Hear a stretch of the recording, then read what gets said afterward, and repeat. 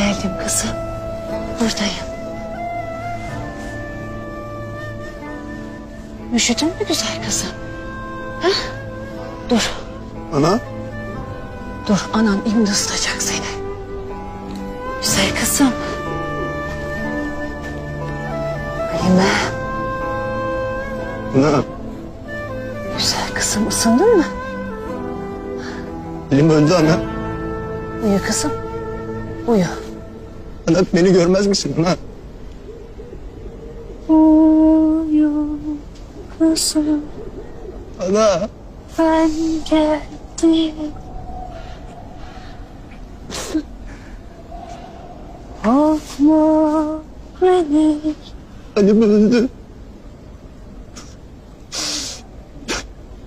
Acım öldü. Sen ölme ana, sen ölme ana. Ana. Sen ölme.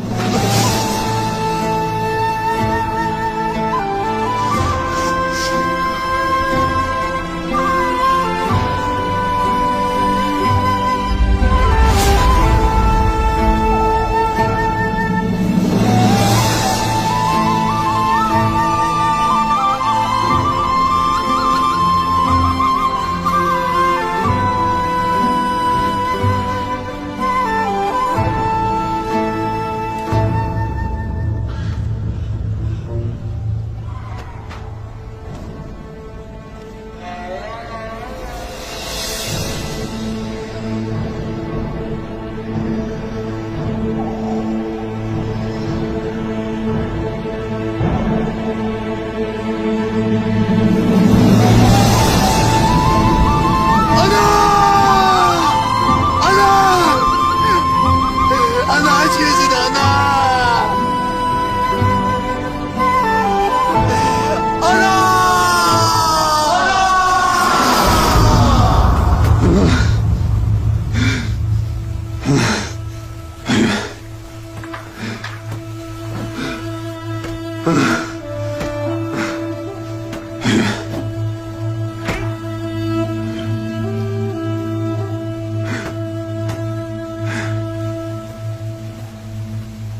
Ağabey. Ağabey. Ağabey. Kabustur. Kabustur ağabey. Su içesin.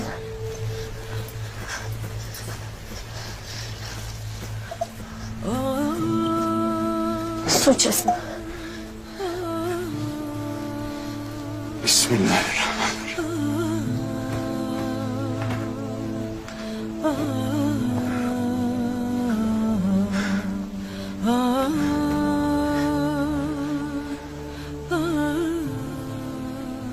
Yine Bala Hanım'ı gördüm.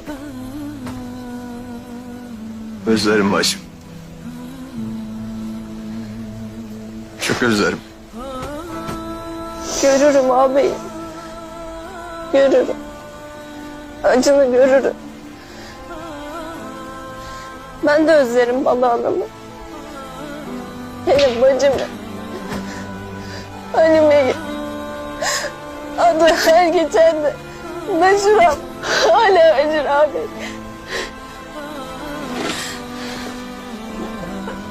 Abi. Fatma'm. Kardeşim.